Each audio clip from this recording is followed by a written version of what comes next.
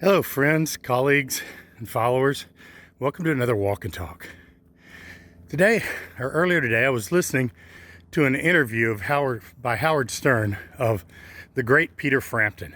And Peter Frampton, comes from my era of music, but he's a little bit timeless.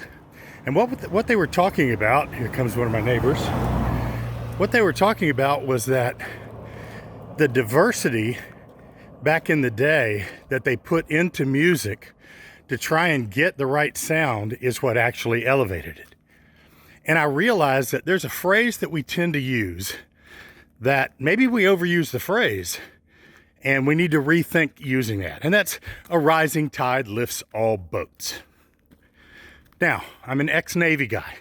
Let me tell you, a rising tide does not necessarily lift all boats. If the boat is unbalanced, if there's a lot of bad weight on one end and what we think is good weight on the other end, that boat sinks right where it's at. So what we can do with diversity and inclusion is on every task that we do where we make the team more diverse, we give that task the opportunity to float with the tide or the conditions under which that task is being done. So remember, diversity and inclusion isn't just about physical, it's about the way we think. It's about all the things we bring to the table. And diversity is a fact. It's a condition. But inclusion is an act. It's a choice.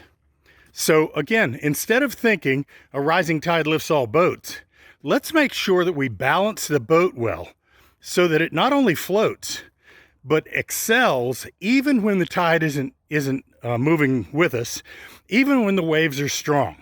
So I hope this helps. Please go out and have the conversation with your people about not using just cliche phrases like a rising tide lifts all boats, but using some real balance and diversity and inclusion to make sure that that boat doesn't just float, it sails right along.